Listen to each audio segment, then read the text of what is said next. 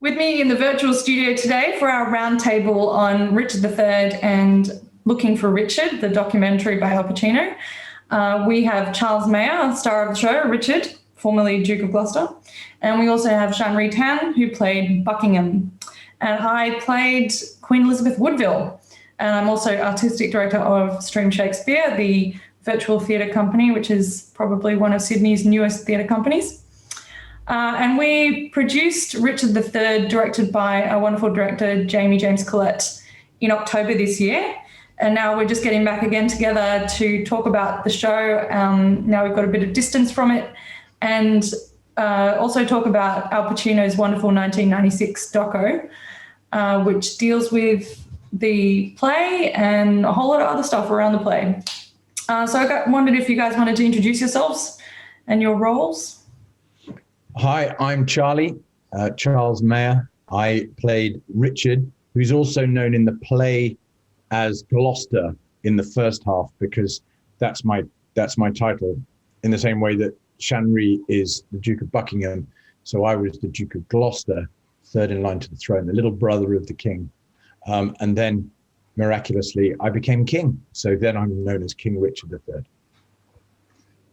I'm Shan-Ree as Charlie was saying. I play a character in the play referred to as the Duke of Buckingham, based on the historical Henry Stafford, second Duke of Buckingham, one of Richard's allies, who then, at a certain point in the action, finds that he can't accompany Richard any further, and then rebels against him, and meets the sticky end that tends to happen to to people who cross Richard. Why, I, in this weak piping time of peace, have no delight to pass away the time, unless to spy my shadow in the sun and descant on mine own deformity. And therefore, since I cannot prove a lover to entertain these farewell-spoken days, I am determined to prove a villain, and hate the idle pleasures of these days. Yeah, he's a bit of a mob boss, Richard, isn't he? Yeah. Like he's very Machiavellian, and yet we love to hate him. Like we kind of love him, and I don't know if you have any thoughts on that, Charlie. Why do we love him so much, and we kind of want him to win, even though he's so awful? We have this thing with him that he grabs the audience straight away, right off the top. And so there's a very dangerous thing in celebrity and power and the media and what have you, is that if you get on with the people, then you can get away with a lot. You know, if you because he's immediately in, hey, look, I'll tell you what's going on, and it's like this, and this is what's going to happen, and then I'm going to chop off his head, and then once that's out of the way, then we're going to have a party. Ready? Let's do it. And you think, yeah, great. Wait, did he say chop off something? Doesn't matter. Let's go and do that. It's fun. Yeah, we're very easily influenceable by that kind of exciting, sort of slightly naughty but cheeky. Come on, let's have a go. It's kind of risky and naughty, and appeals to the 9-year-old in us, and we kind of love it. Whereas there are other people who are really respectable in the play, but because they don't have the ear of the audience, they're just being shocked and what have you. They look a bit sort of stuck in the mud and a bit, we don't like them, do we? Let's chop their heads off, shall we? It's great for that, and it's great for the audience to fall for it, and to realize that we fall for it the whole time. I mean, 50% of America has fallen for Trump because he says it like it is. Yeah, but yeah, or at least he claims to tell it like it is. Yeah. And they feel that personal connection to him, because he he comes out on stage and he talks in these massive rallies and he talks to people directly. Yeah. Yeah. And the Twitter account. Absolutely. Yeah. Yeah. It's brilliant. It's really, there's something in that. The appeal is that, first of all, as you were saying, Charlie, he's letting everybody in on the joke, right? He's saying, you might have always thought that everything that's going on out here in the world, these, famous and mighty princes and politicians, you might have thought something was fishy or something wasn't quite right. Well, I'm here to tell you that's how it is, right? And then he creates this appeal through the transgression that he's like. He tells you everything that he's going to do before he does it, right? I mean, he's some of the funniest monologues that you have in the show, Charlie, where you're going, well, okay, I've disposed of that villain. Now, well, I guess I'd better marry this princess and then do away with this other enemy. And you sort of it's the plot's almost. He's letting you know all the action before it actually happens, right? I'll be at charges for a looking glass and entertain a score or two of tailors to study fashions to adorn my body. Since I'm crept in favour with myself, I will maintain it with some little cost. But first, I'll turn yon fellow in his grave and then return lamenting to my love. Shine out, fair sun, till I have bought a glass, that I may see my shadow as I pass. Logic. I mean, what am I supposed to do? If I let him go for her, then he's going to take over the kingdom. So, and I can't let that happen. So I'm going to have to kill my wife and then marry her. And that way everybody's safe. Okay, brilliant. Let's go and do that. I feel like it's kind of like an essay structure. You know how with an essay, you tell the audience what you're going to do, the reader what you're going to do, and then you do it. And then you come back to the reader and go, see what I did there? Yeah. Now you see the whole story. Yeah. And so the audience goes, yes, correct, tick, vote. Yes. It's they're carried along with it. Yeah. So just as Shakespeare wrote a lot of these plays, it might be said, and I think it has been said, that that he was educating not just the people, but educating people in power, the courtiers, the aristocracy as was then, the people who had the power and the council, the ear of the queen and what have you. That these people, they needed to learn about how things work. And the youngsters coming up, the grammar school kids or whatever who are going to be the powers that be in the hallowed halls of Whitehall or whatever, Westminster, those people needed education. And these stories like Julius Caesar, all of the history plays and what have you, were there for them to learn. And I don't know much about politics, but I haven't seen anything in any of these history plays that didn't seem completely relevant to what we see in the news. Absolutely. Absolutely. And it's educating, generation after generation of young people, and everyone, anyone who goes to see these plays can go, oh my God, that's exactly what's happening right now, and now I understand. Yeah. And I suppose that's speaking to that universal appeal of Shakespeare and that timelessness. And though we can say, oh, Trump or Nixon or whoever, but if you go, what we can't do in these documentaries or even in dramatizations is really say what was actually going on in the mind of Clinton. But in Shakespeare, tells you what's going on in their mind. So it's like you have the anatomy of the West Wing rather than just this is kind of what happened, or this is what I heard happened, but it's not what happens, it's what people are feeling and what people are thinking when they do stuff, which is what we're really about. Yeah. Here's the thing I thought about when we were doing the show, Charlie. It's sort of a delightful thing, I guess, for the audience to kind of look at Richard of Gloucester and understand instantly from the very opening monologue, right? Like they understand exactly what he wants and what he's about, right? Of all the characters in the play, a lot of whom have very sort of murky motivations, and you're not quite sure, what they're in it for, what they hope to gain, all that sort of thing. But Richard just lays it all out for the audience from the beginning. I mean, I think that's also part of why we like to watch him because he says, I'm at this station in life. I'd like to be there. Wouldn't you like to watch me come on this journey? Come with me, be my companion and see what happens. Yeah.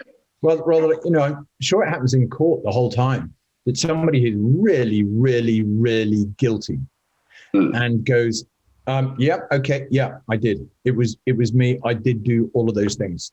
I absolutely did that. Well, you're a lawyer, aren't you, Shan-Ree? Yeah, I am. I don't spend very much time in court, but yeah. Whereas the people who, at the Nuremberg trials, the ones who said, no, I didn't, I'd never heard of anything. I didn't. Those are the people that were like, you are guilty and you're going to hang.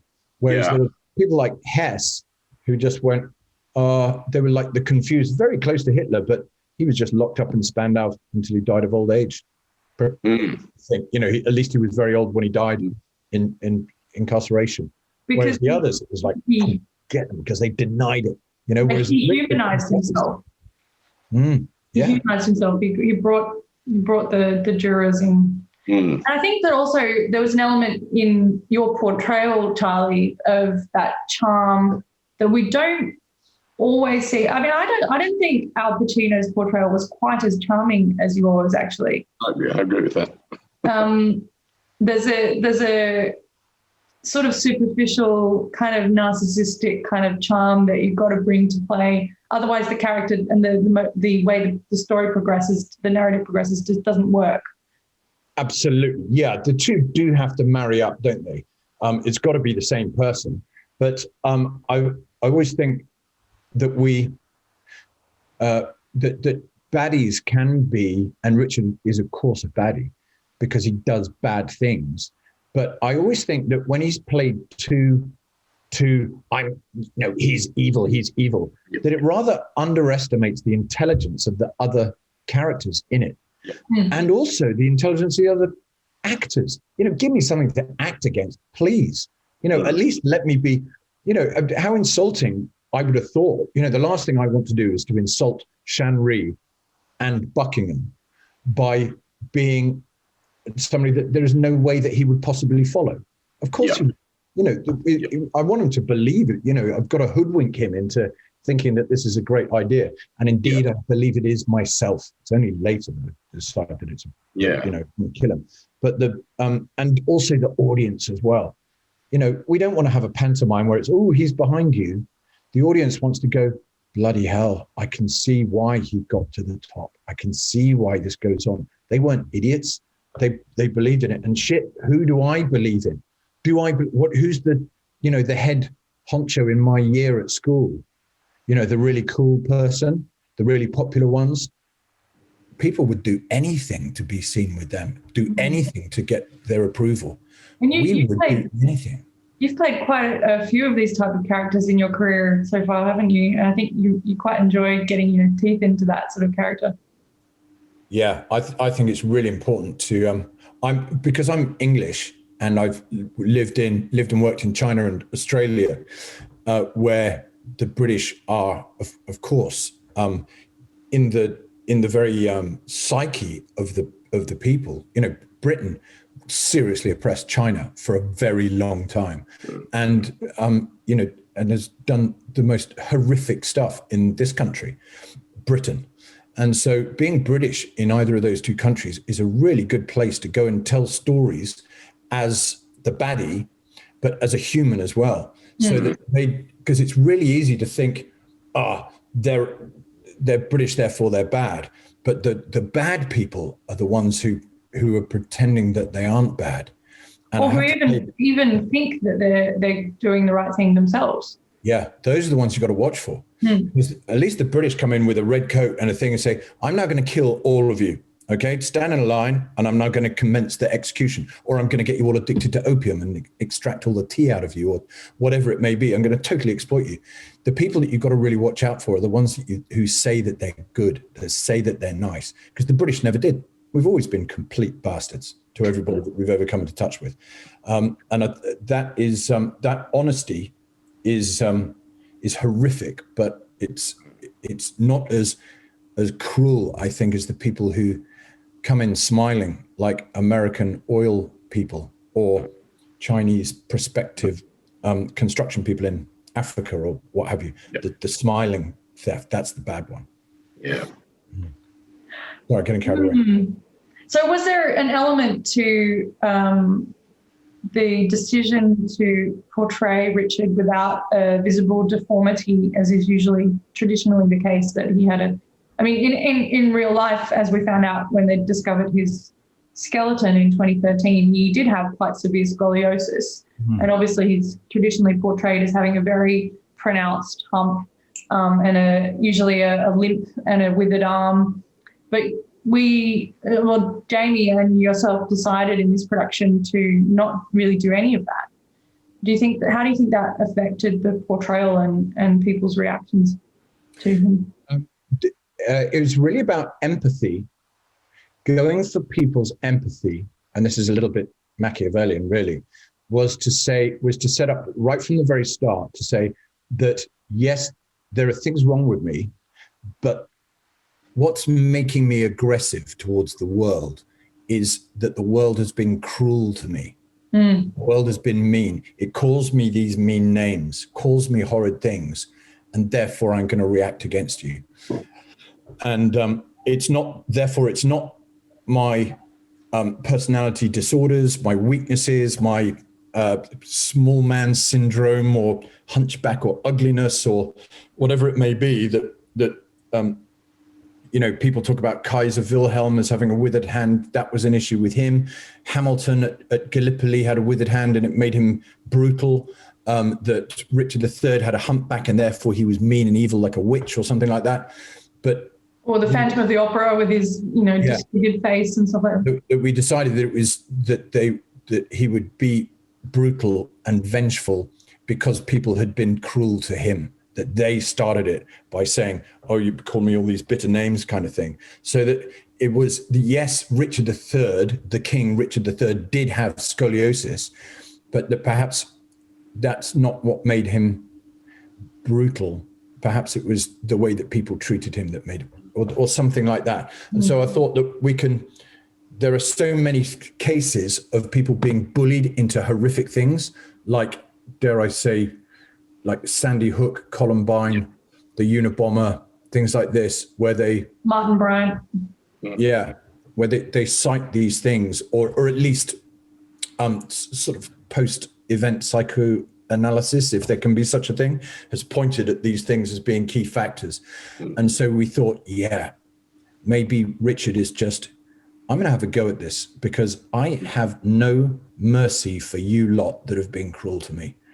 Let's see what happens, and that plays out the whole time with people, that if we're nice to each other, perhaps things like Richard III won't happen. Perhaps Columbine won't happen.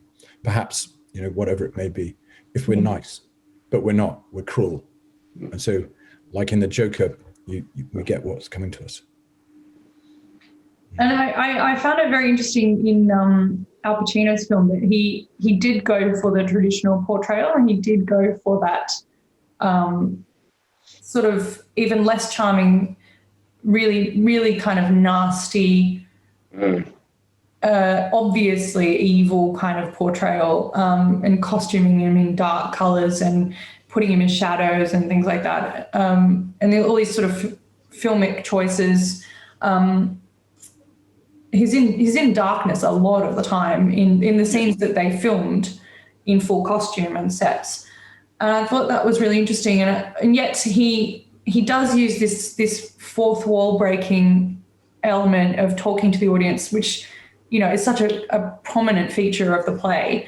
And he takes it to another level of talking to the audience about the play and bringing the audience with him on this journey of discovering the play and exploring it with rehearsal and performance and analysis and discussion with people on the streets and people, professional actors and all sorts of, angles that he's coming at the play, but he's bringing the audience on that journey. I think that, and I suppose that sort of leads into what we were thinking we'd talk about with how he really explores the relationship between theatre and film in his doco. and how we're kind of exploring the relationship between theatre and film in our productions.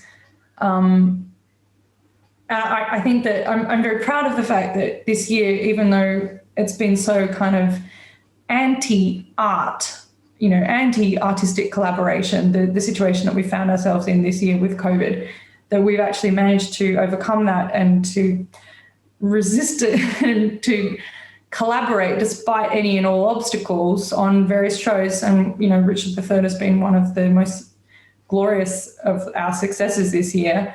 And we've really kind of come to that point of intersection between film, video, theatre, TV, web series, and kind of creating a new medium, or even a new genre perhaps. How's it been for you guys performing? Because you've performed in so many of our shows. How is it performing in this medium? Is it different from regular screen or theatre performance? Yeah, I think there's as you said, Holly, it's interesting because we are having to sort of work in as it were several different languages at once, right? You've got the language, you've got a very well established way of working when you're in a theatre space, when you're on stage, when you're there and you're physically present with the other actors and with the audience. There are things you can do, there are gestures that you can resort to. There's the size of your performance is adjusted to that space. Cinema again is very different because again the camera is right up on you, a lot of the time right up on your face. You have to you can see very small reactions. You don't have to make your performances big. But crucially also cinema, a lot of people say the essence of cinema isn't necessarily in the frame, it's in the edit. It's in the cut between frames. And because in Streamed Shakespeare, or the way that we're doing this, we've been doing a lot of it to date, the way that we edit is not the way that you would edit on television. Frequently there's, you can see several actors at once. We're not necessarily looking at each other in the same frame. We may be looking either at the camera or off to the side. There's a different sense of how do we then create the idea that all these characters are inhabiting the same world, and they're having these sort of, how do we get the sense of proximity, I suppose. It's been a really fun challenge, because sometimes you go, yeah, this would make sense if we did it on stage, but if we're doing it on camera in our studies or our living rooms or something like that, is it going to read the same way? Is it going to, are people going to understand what this means? There are scenes in the show that are really challenging. I always think, Charlie, of, the famous scene with you and Lady Anne for the first time. That is such an intimate scene that is so challenging to get across the charm and the seduction and the battle of wits. What does Richard say? It's like the keen encounter of their wits. How did you find doing scenes like that? I found just the same as I found in the scenes that we had together, Shan-Ree, was that right now I'm looking at the camera, which means that I'm talking to you and I'm listening to you, but actually your picture is down here. Yeah. So if and all I want to do is to feel, like we do when we're on stage, is to, there are like 9 different senses which are at work with our awareness of the audience being included, and the lights and the thing and the shadows back, am I in your light, and and blocking and relative this and gesturing and body language of the characters, and there's a lot of things just being beautifully ambiently blended together to make the magic of theatre. And all I want to do is to look at you and just take you in and smell you and everything, and I can't. So I just have to sort of imagine from the tone of your voice and knowing you as much as I do, and from watching you do other scenes that I'm not in, that I get your vibe. And so, but it's really, there's a lot more, it's a lot less communicative. It's much more communicative, I think, for the audience, that they can see, they can look right into our eyes and we're looking into their eyes. But as far as scene partners are concerned, I miss acting with a scene partner so much, because this really isn't that. It's like being in a radio play rather than I think a lot of us remarked on the fact that it had surprising similarities, although we're constantly on camera and we did a lot of work with the backgrounds and the costumes and all that. We did all at some point feel like we were standing in front of one of those big old-fashioned microphones, and a lot of the performance was coming through in the voice and the text. Or we were very conscious that it was coming through in the voice and the text in a way that. I've had a number of people tell me that we should produce all our shows as radio shows, as podcasts, like just edit the sound for clarity and everything, and maybe put in a bit of narration and then just release them as podcasts, because they're really great to just listen to. And also for the visually impaired, really handy way to get into Shakespeare. But Charlie, did you find that actually helped, that having that engagement with like looking right down the barrel of the lens? Do you think that helped your portrayal of taking the audience on that journey and breaking the fourth wall? Or how did that relate? Because you're doing that nearly all the time. You're looking down the barrel nearly all the time.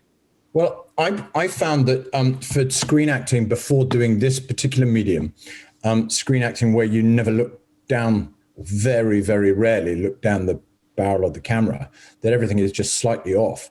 But I've always found that, in developing technique for that empathy is best. The empathy of the audience that you're sharing with that camera, that the audience gets best. I'm just looking just to the side, as if into the eyes of my scene partner.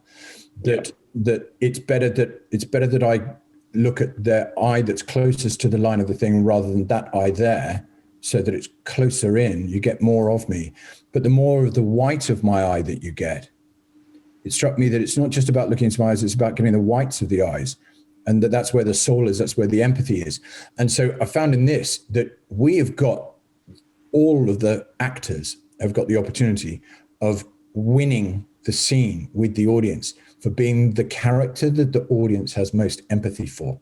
And I've always had that as my secret sort of battle in things, is like, it doesn't matter if I'm the dick with the small line that's a bit cheeky and what have you in a TV series, or the big old baddie, or the really empathetic nice guy, is to always win the empathy of the audience. And so it is our job as actors, perhaps, to do that, whatever character we're playing. And so being able to look straight down the barrel, what an opportunity. Well, obviously it was something that I really struggled with, and I don't know how many of the audience were aware, but I had to come into this production with 1 week's notice, basically. Unfortunately, one of our stars had to withdraw from the role of Elizabeth Woodville, and I had to step up because I was pretty much the only woman of approximately the right age and look who was available and who had the experience. You're the most talented person in this medium.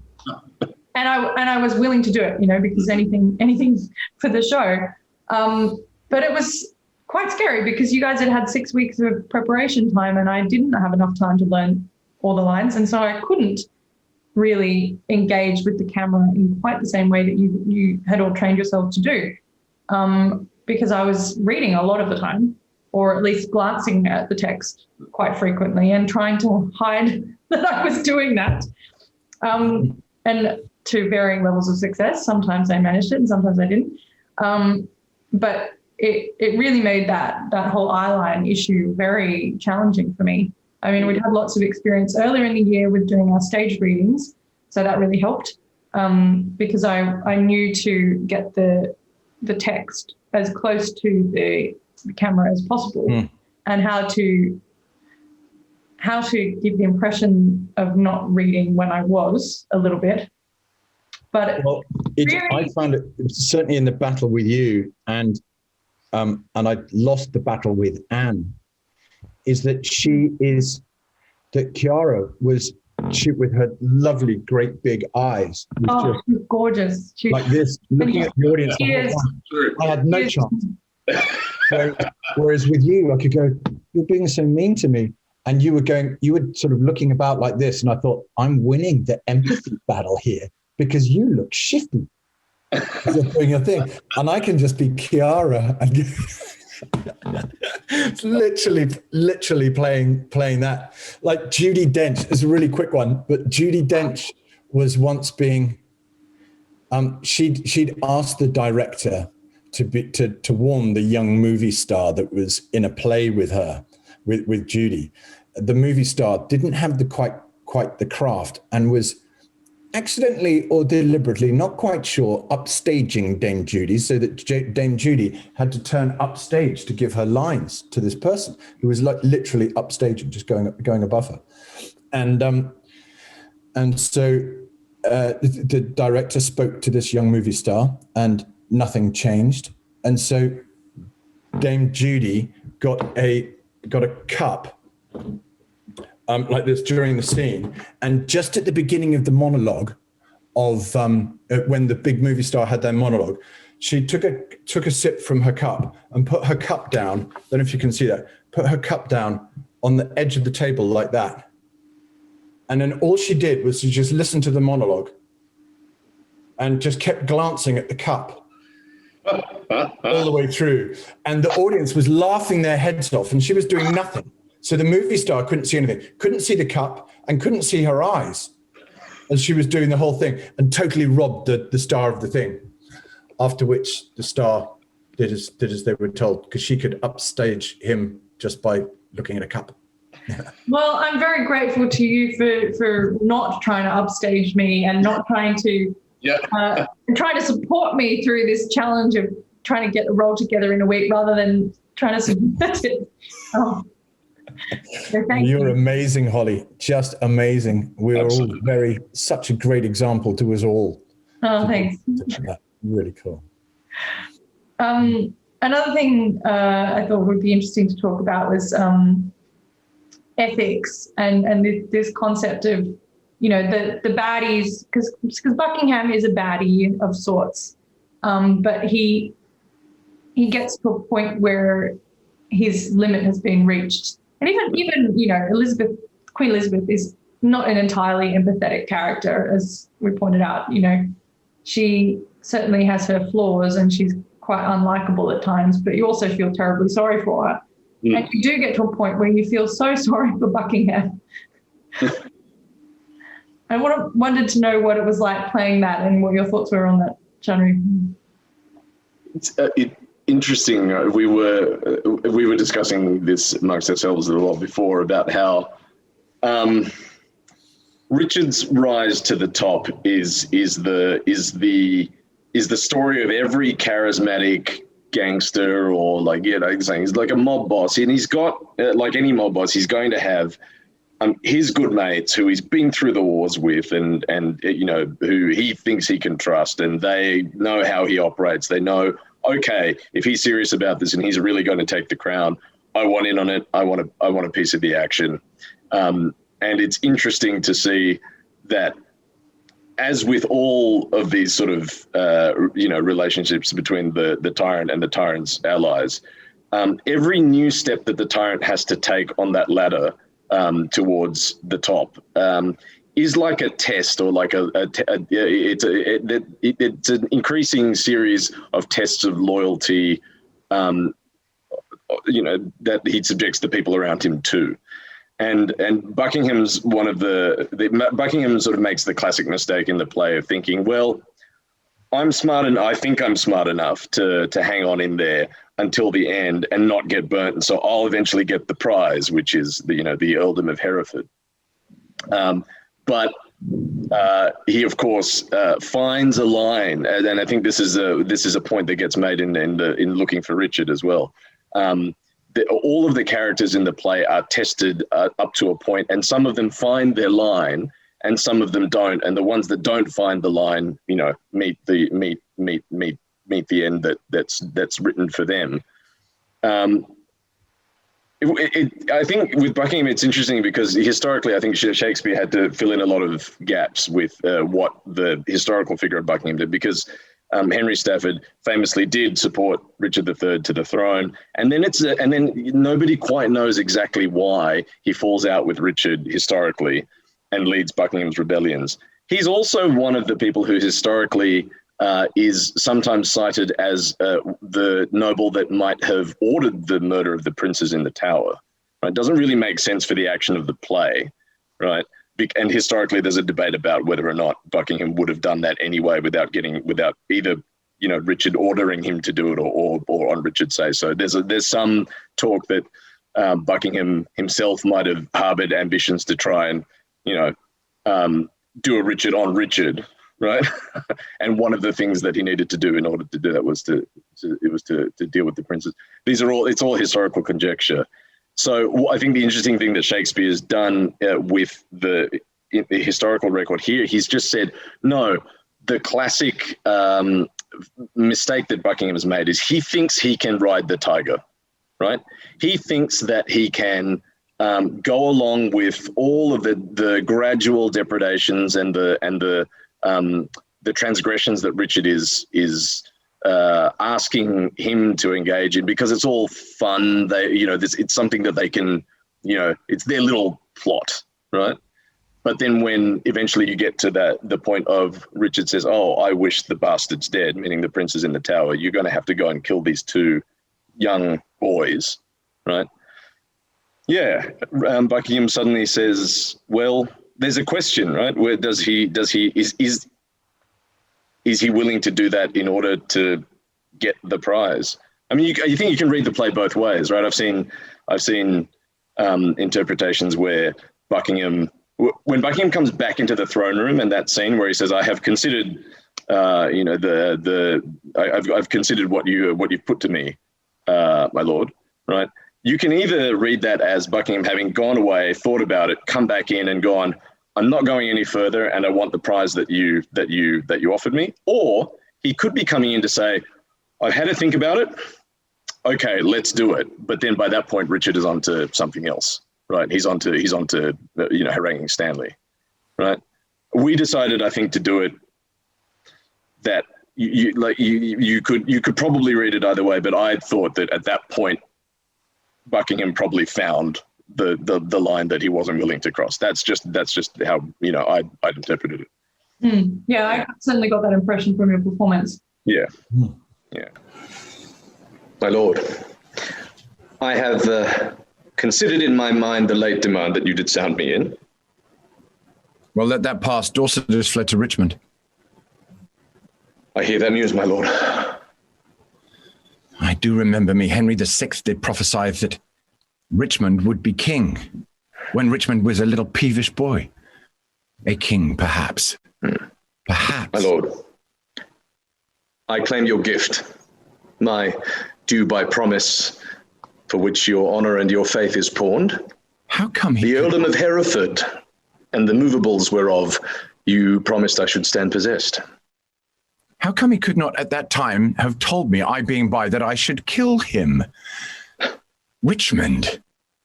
My lord, your promise for the earldom? But what's o'clock? I am thus bold to put your grace in mind of what you promised me. Well, but what's o'clock? Upon the stroke of 10. Then let it strike. Why let it strike? Because that, like a jack, thou keepst the stroke betwixt my begging and meditation. I'm not in the giving vein today. Why then, resolve me whether you will or no. Thou troublest me. I am not in the vein.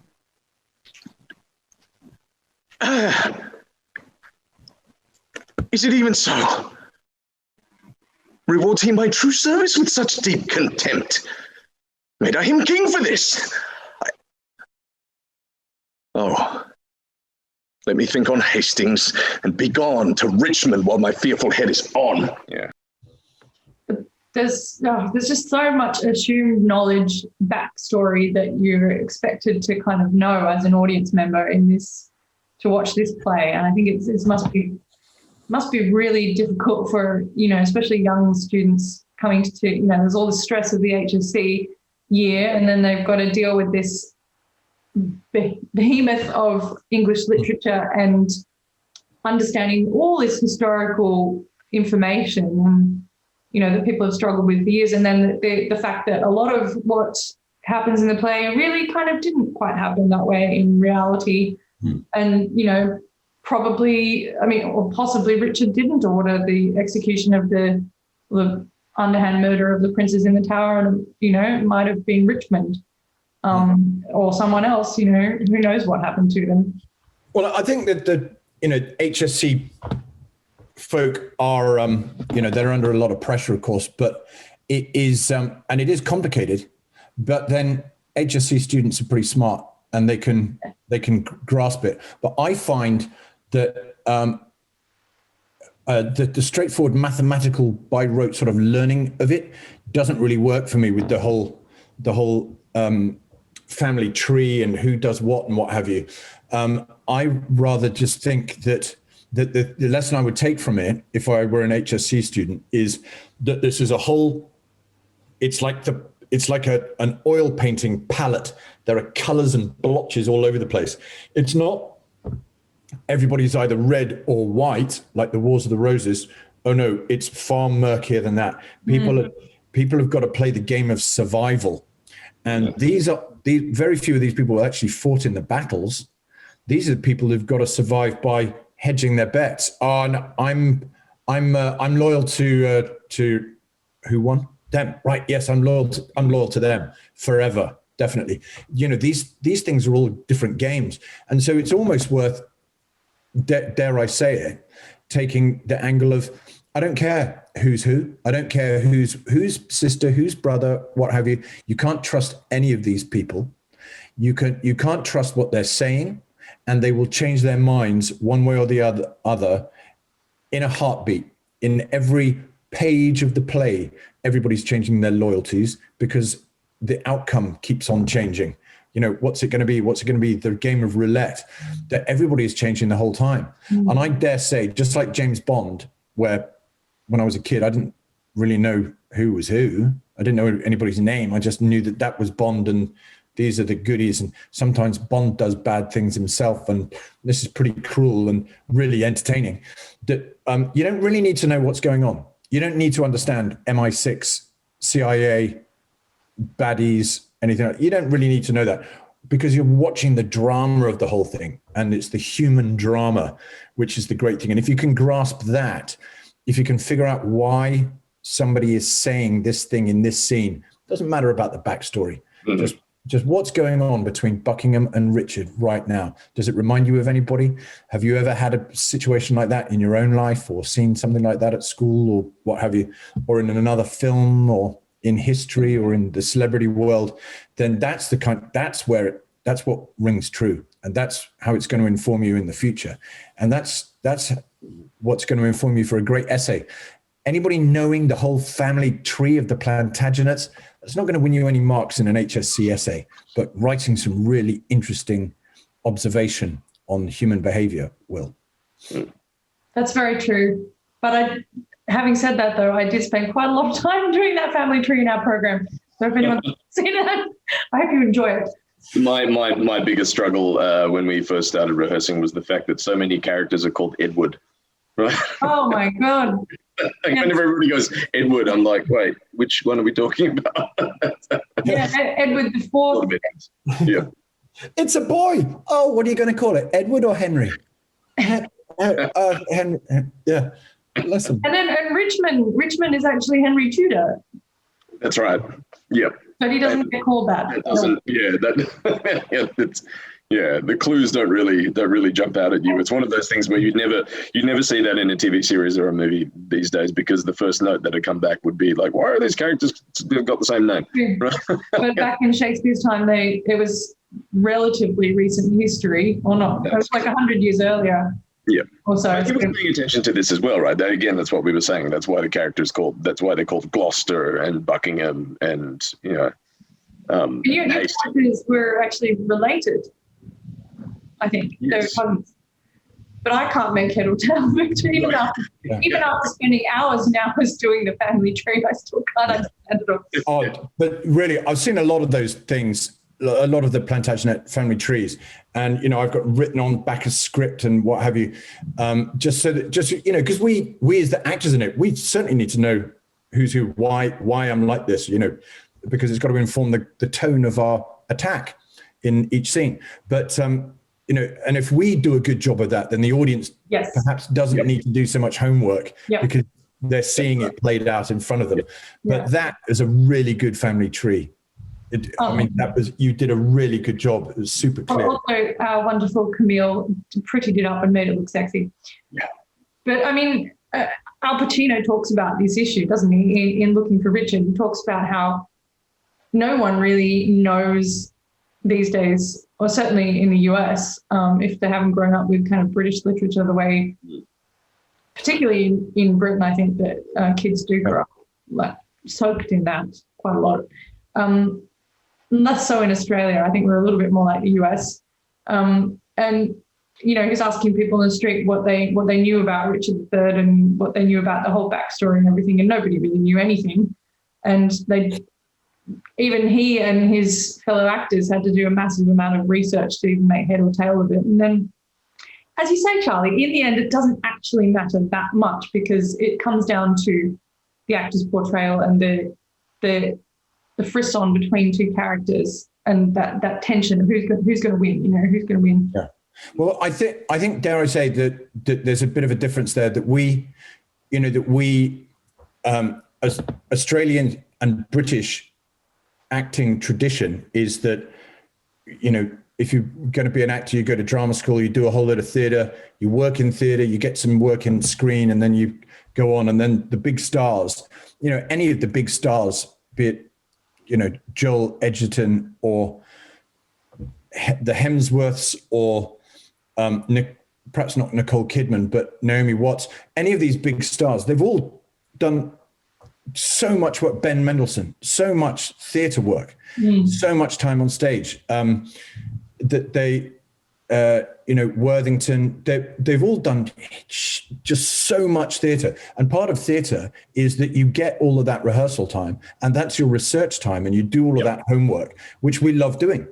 Yep. And so, you know, whereas in America, certainly these days, there's no rehearsal time for a film. You just turn up and shoot.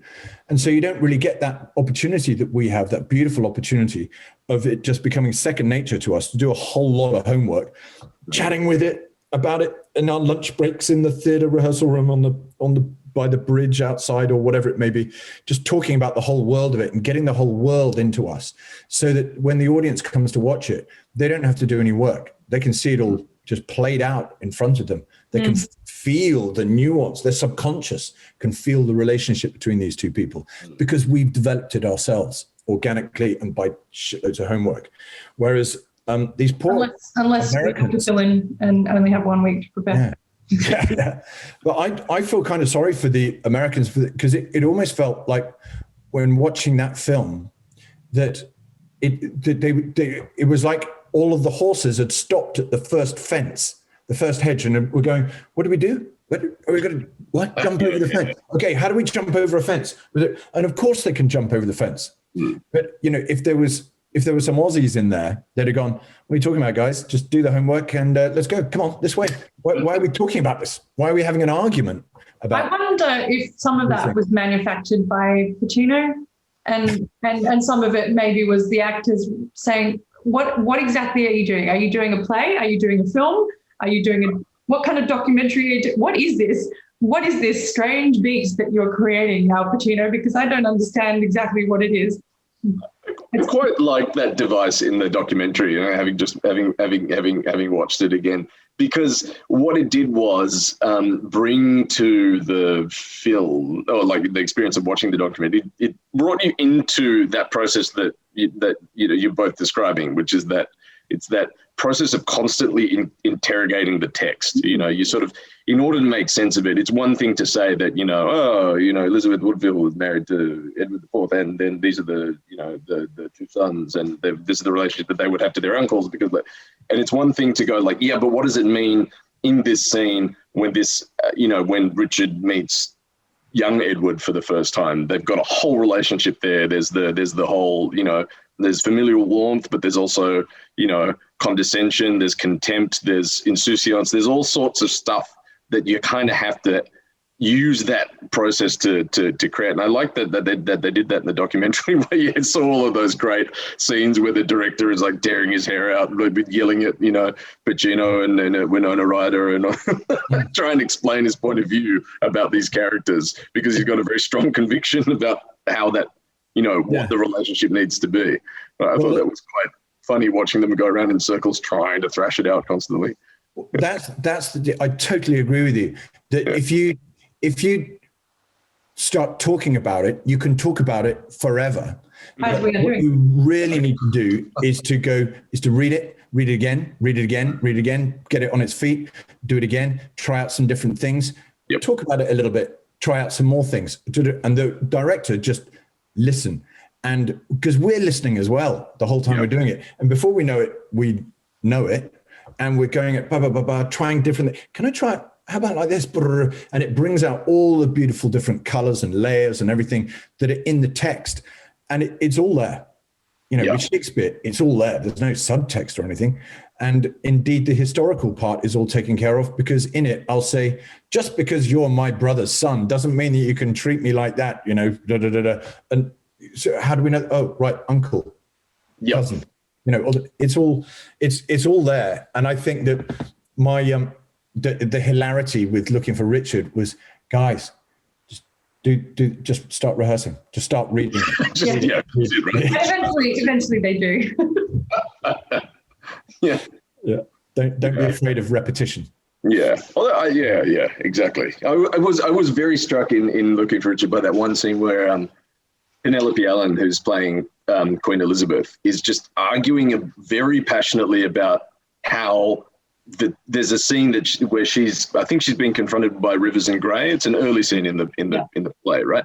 And she's arguing very strongly that they can't come off like idiots, because otherwise it makes the drama in this, it sort of takes the stakes out of the scene, right? She's like, no, these two characters need to be, you know, also driven, smart, passionate, intelligent. That gives her something to try and come up with. What Charlie was saying, you know, even the baddies have to be believable and respectable in some ways, and people can't come across as stupid or unconvincing as a character, because then it doesn't give the other actors anything to work with. I thought it was very interesting actually how there was sort of an overlap between her in rehearsal as an actor and the role that she was playing. And that happened multiple times with Al Pacino as well. There's this blurring of the lines between actor and in his role as director as well, and his role as Richard. It's just so fascinating, that kind of interplay of all these different modes and texts. And, you know, it's just so, it's wonderful to write essays about, because it's so postmodern. Yeah, that's right. There's that big question with the, you know, range and, you know, these sort of actory terms like range, transformation, really embedding yourself in a role or really becoming the character or something like that. And I've always thought so grateful to be cast as a character that I've put quite a lot of stake in the fact that I know I'm quite different to most of the people that I know, and that if the person's cast me in this role, it's because they want to see me in this role, rather than how can I transform myself into this amazing character who is, or what have you. I'd rather just be as believable as possible. And that way the audience go, okay, he hasn't done a great deal of transformation here. It's just him, but great. At least he's telling the story. I can understand what's going on, and he's believable. So I can believe that they believe it, you know. And she in the Looking for Richard is brilliant, because she's really completely believable. She's not playing a Shakespearean character. She's playing a human being. And if there's anything that the Americans know how to do really well, it's naturalistic acting on screen. And it almost seemed a shame that some of them were stepping away from that. You go, no, you've already nailed it. You don't have to think that there's some great obstacle. Just do what you do. And really, if you can, so it's not about how do you jump the obstacle. There isn't an obstacle. Just do it, because you guys are freaking great. Yeah. I actually was kind of disappointed that they didn't do more of the play. Yeah, me too. In the documentary, I was like, oh, I want the whole thing. Why didn't they do the whole thing? But It's interesting, right? Like I watching it again, I kept thinking, well, surely they must have shot the whole thing and we're just watching bits of it, right? But I guess they didn't. I mean, I don't know whether they did or not, right? But it's such a strange effort to put all of that, you've got all these enormously marquee sort of names on the, doing just bits of Richard III on location in various places around New York City. It was such a strange exercise not to get the whole play, right? Yeah, but it's wonderful though. It's so original. Yeah. I mean, I don't think I've seen anything else quite like that. Yeah, and you got the whole story in the end, right? They didn't really omit it too much. I mean, you didn't spend very much time with a lot of the characters, but you didn't. Yeah, and then in the case of Kevin Spacey, you got some wonderful characters who actually did have a rise and fall in public opinion in much the same way that his character Buckingham did. That's true. Although a little bit after the fact. Yeah, I think he was. Yeah. By that point, I think Kevin Spacey had already played Richard as well, didn't he? And there was quite a famous. Yeah. Yeah. Mm. Yeah. I wonder it made me think. I wonder how much when he was in that experience with Al Pacino, and he was being as Kevin Spacey, the actor, was being quite Buckingham in his treatment of Al Pacino. They may not have known each other very well before that. They were certainly in Glengarry Glen Ross together. Yeah. I don't know what other stuff they've been in, but they're quite different styles. And very different. Here they were, and then Kevin goes and plays Richard later on. Yeah. Well, Al Pacino was the puppet master of this. He was the director of the documentary, so he was Richard in some sense. In that sense, yeah.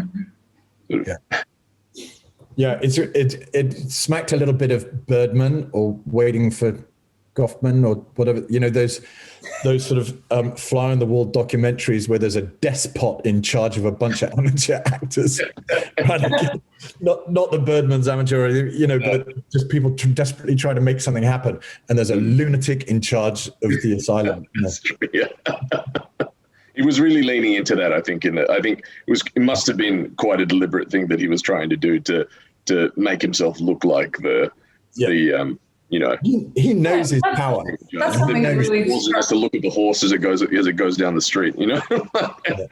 That's something that really struck me as well. Is that it's billed as a documentary, but in some sense, you suspect there's a little bit of an element of mockumentary about it. That they're all playing these quite self-conscious roles to the camera, of not knowing anything about Shakespeare. When I find that a little hard to believe that they a bit disingenuous, right? Yeah, it is a bit. And it wouldn't be any fun. It would be awful, wouldn't it? It would be like cringingly awful, like watching The Apprentice or something. Is just because it's like a room full of people with no self-awareness, and it's just oh god. Whereas in this film, everybody is really intelligent and really, Al Pacino's got his tongue in his cheek, hasn't he? Yeah. With his hat on back to front and stuff. He's not, sort of wandering around basketball really courts. Beautiful. Yeah. But then it, as you're saying, make nostalgia for the 90s. Storytelling was different then. We've evolved a hell of a lot in the way that we tell stories. Netflix and everything. It's really just extraordinary how realistic, how naturalistic things are becoming more and more and more and more. And the high definition really allows you to see those fine details, the twitch of an eyelid. Yeah. That's but true. at the same time, we're watching less at the cinema on the big screen and watching much more on the small screen, which is really interesting, I think, for this medium, because, of course, we don't know what kind of size screen people are going to be watching our shows on. Most people would be watching it on a computer, I imagine, but some will be watching it on a large screen TV. Some will be watching it on their phone. As with Netflix shows these days and a lot of other productions, you have to kind of play to multiple different formats at the same time. And we're doing theatre and we're doing film or video or TV, whatever, live TV at the same time as well. So it's such an interesting challenge, I think, for the performers and the creatives to kind of have a broad appeal and have a broad breadth of appeal in terms of different genres and different audiences at the same time. And it's such an interesting experiment that we're all engaging in, I think. Yeah, I think there's been a great deal of variety in your productions and the way that things have been done, doing story genre and then the technical side of how it's told genre, the sort of the real basics or the opulence, or doing musical, or the way that the different cameras are interact or don't interact with each other. It's been a real journey of discovery, and everything has been turning up magic. Stuff that hasn't been done before. Yes, there are rules of the theatre which still apply.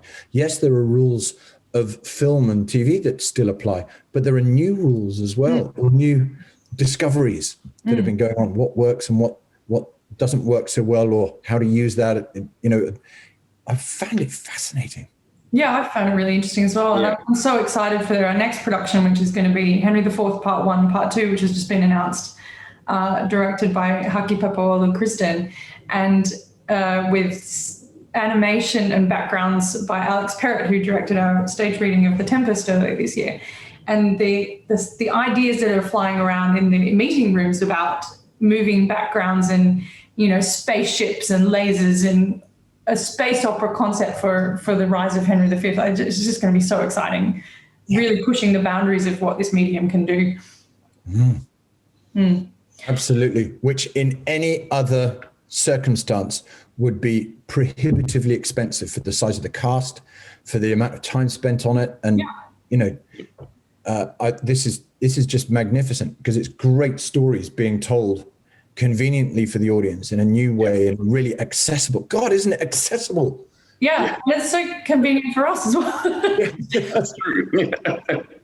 We're sitting here in our lounge rooms, and I'm simultaneously in Elizabeth's parlor, Queen Elizabeth's parlor. The audience really will do, just as they did the War Horse. What? Yeah. You got puppeteers on stage with it, or Avenue Q.